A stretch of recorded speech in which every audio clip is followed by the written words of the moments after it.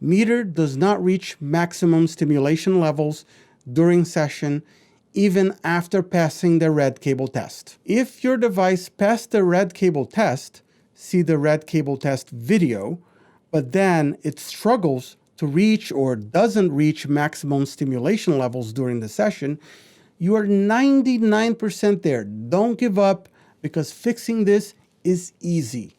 There are only 4 things that can cause this, all unrelated to the device's performance itself. They are not enough salt in the saline, weak or dead batteries, dry electrodes, and not enough pressure on the electrodes. Let's cover these cases one by one.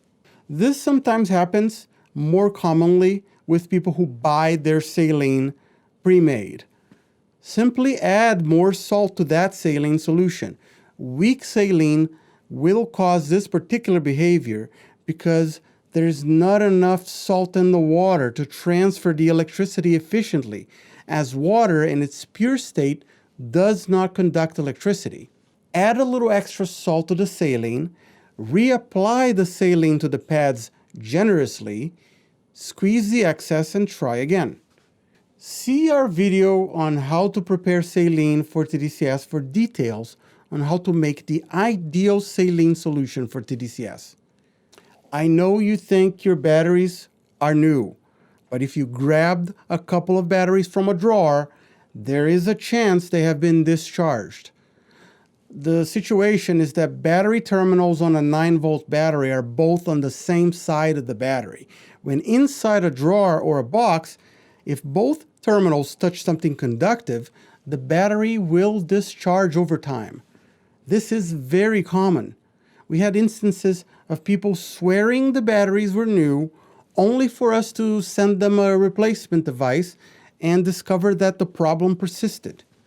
Finally, after a quick trip to the local store and a battery switch, the problem was solved. The safest way to guarantee you have new batteries is to open the package right before installing them. The batteries on a Type A will last at least 6 months depending on use frequency, probably even more. Make sure the sponge pads have absorbed enough saline solution, because too little saline will compromise the connection. The pads don't need to be dripping with saline, but a little extra, as long as it is comfortable and not dripping during the session, is ideal. You need to be able to feel the moisture on your skin through the hair for proper connection to be established. Not enough pressure on the electrodes.